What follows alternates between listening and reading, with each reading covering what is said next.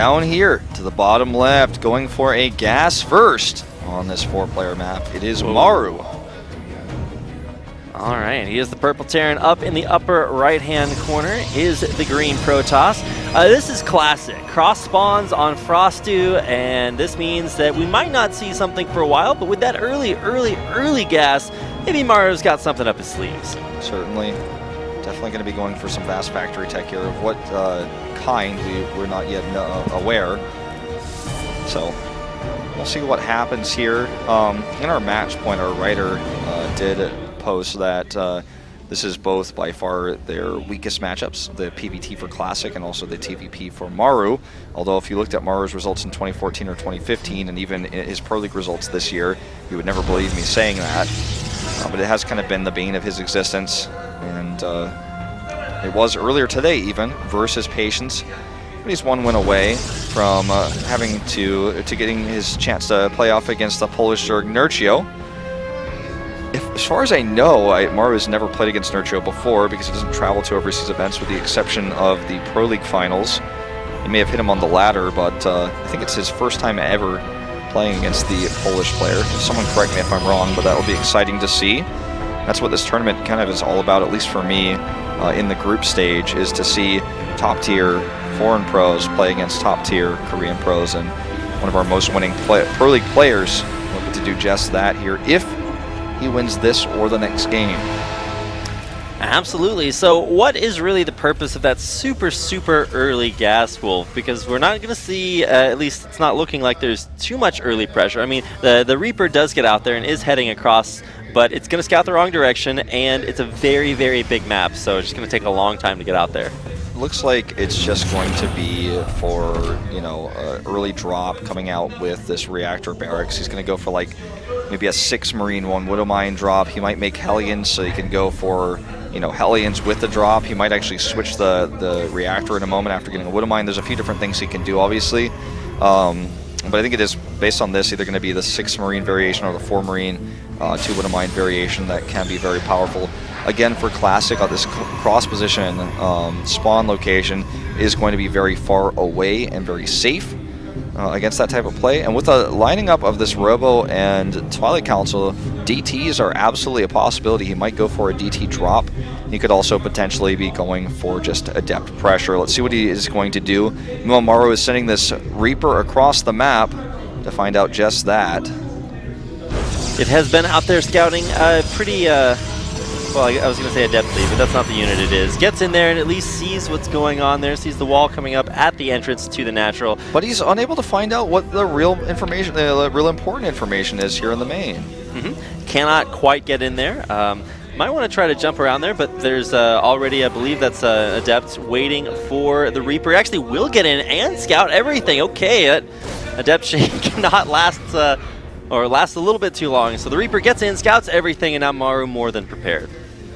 Actually doesn't pick up either Widow Mine. It's the 8 Marines, no Widow Mines variation. Looks like what he's going to do is go for a follow-up drop with the Widow Mines. Well, this one is here. The second medevac is going to pop out soon. He could potentially add 3 Widow Mines to that drop. He will have 3 back at home lined up with this. There's the third one. Drop's going to come out. The timing of this works out pretty nicely. And he might just bring those 2 Marines with it for some extra DPS. They can join up with the rest of these Marines. And he's going to send that one across now here. Yep, he's going to go for the 3. And it looks like he wants to use them at the same time, in fact. Oh, I say that. He changes his mind and decides to boost in. If the Mothership Core goes down here again, this could cost Classic another game. He's targeting it, but the overcharge will protect it for now. Not actually overcommitting there with more than just that single overcharge there. Great micro picking up almost all of those Marines and then dropping them back to safety. But here comes in that second drop. 3 Widow Mines, 2 Marines. It's going to come into the western side. Classic's base. Ooh. Oh no, he's there. Oh, so close. Wow, I was like gripping my chair. Anticipation. If that had gone down, all the early pressure for Maru might have been for naught. Here we go, boosting on in there. Oh, 3 Widow Mines about to drop out. Drops 1, drops 2. They're both burrowing. He's still got 1 in there, but with the Observer there, it's actually not going to be all that effective. This drop gets shut down hard. Damn. This one is already low. He saved that one stalker earlier, so he has just enough DPS to stop the Widow Mine from going off. The medevac driver is clenching it, almost gets sniped out of the sky, loses all 3 Widow Mines, and really only killed, what was that, like 2 probes? Yeah. Even this drop going to get cleaned up there as well, and Maru's harassed, just inconsequential. Definitely true. You know, 5-syllable word for the day. But the third base just now coming up here for Classic, just feeling... He's going to catch this drop. What a Oh my god. Look at that. Oh! You're going the wrong way! Wow, I can't believe that happened. Blinks the other direction. He's got a good angle here with his Liberator, in fact, though. He's going to stop gas mining and actually stop a whole base worth of mining. Hopefully he doesn't need to commit that much, but he will come over here and clean it up. Probe sent back to mine now. Liberator gets away, so very effective harass here from Maru. Who's also set up for a potential counterattack coming across the map. Stim is very late here with the high-tech commitment he's gotten, so he's not going to be able to counterattack anytime soon. In fact, an attack headed towards him on the map could actually wipe him out here if it hits before Stim is ready. Ironically, +1 will be ready first. And getting combat shields here shortly would definitely behoove him as well. He doesn't have the resources for it just now, but he will soon. And there are some Liberators, there's 2 of them. But if he could just avoid them and go to the main base, that could be quite powerful. There are 2 tanks here as well. He's going to target one down. Gets it, but loses 2 stalkers. Not that great of a trade. Limiting tank numbers is great, but needs to wait for the blink cooldown. Gets out of there. Nice turret placement there as well from Maru. Will deny the majority of that, that drop up there. Here we go. The slowest, most... Oh, okay, one more shot. There it is. And there it goes. Said simultaneously, doesn't sound good, but the Warp Prism died. That's what I was trying to get across. Sure. I follow. I know your interesting sounds that you make when things are dying. Today's not a good words day, man. You know, I wake up and I'm barely capable of speaking Korean, as you guys all found out earlier on. Turns out English not working out either. So if there's like a third language of StarCraft, the language we all speak, or at least should to some degree. Some people speak it at a gold level or silver level. Yeah. I'm trying to do the best. My Korean is low masters. Okay, just like my StarCraft 2 account was in 2011 on the Korean server. But just gonna throw that in there for moral support. Third base up for both players now, as we get back into speaking the language of StarCraft, and you know, I mean, starting to stabilize. Maru did very little damage. Well, actually, you could really argue he did 0 damage with that attack, but he stabilized here. He held that push off. He's building a healthy Liberator count. He is actually ahead in upgrades. He didn't have Stim, so he couldn't pressure for a while, but now he has that. He has 1-1, whereas the +1 armor is just now being started here for Classic. So, in some ways, you know, he really struggled to get damage done in the early game and was behind as a result, but I feel like he's actually just macroed a little bit better than Classic and also held off that attack and killed some of the stalkers. And Classic is just going pure gateway units. I think he wants to end the game off of this. Oh my god, he's going to shade all the way through these Liberators and might be able to just blink on top of them and take them out there. One in the back there trying to support this meager Marine force. There's a bunch of dropships out on the map, so there's not that much to defend here at home for Maru. That one Liberator getting a lot of value here, but as you said, those dropships not at home, and this could actually kill him here. One Liberator trying to help defend.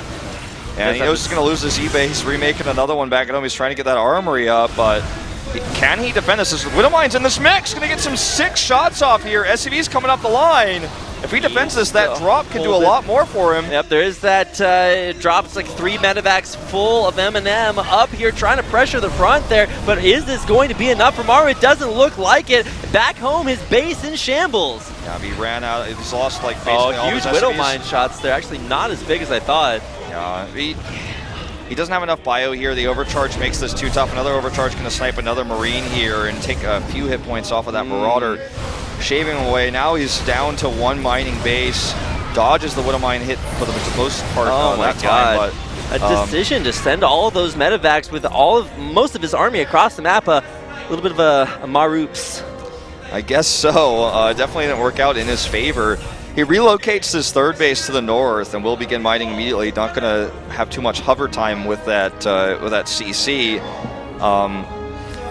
But I mean, his army is meager in size compared to Classic's at this point in time. Classic will crush it, and I think we're going to a game 3 here, Rapid. Widowmine hits not actually that great, getting them sniped out there, but just basic gateway units, more stuff than Maru can come up with here. This will be his last defense there. Won't even stop those depths from shading right on top of his army. GG! Indeed. Classic bringing us to a game 3. Is BlizzCon Life on the line right now as Patience has already advanced from the group. Classic needs to do equal or better to Patience to advance to BlizzCon in this tournament. And Maru not so happy with that one. He's like, oh man, the depths are strong. Those are pretty good units. Well, actually splitting your entire army in half and not knowing exactly when the Protoss is going to pressure your front, also a very strong... Risky choice when you don't have vision of the Protoss army. Right. And he took the risk. Maru is known for his aggression, but that was the exact moment the Classic decided to basically all in with gateway units. Yeah, and then half of his army was just marooned out on the map. You are on Keep going all day. Much like these games seem to be, but that's good because there's always more StarCraft. Galactic Process, our final map of this series. One of these players will advance to face Foreign Hope and Inertio. One of them will not. For Classic, very important as his BlizzCon life continues to hang in the balance.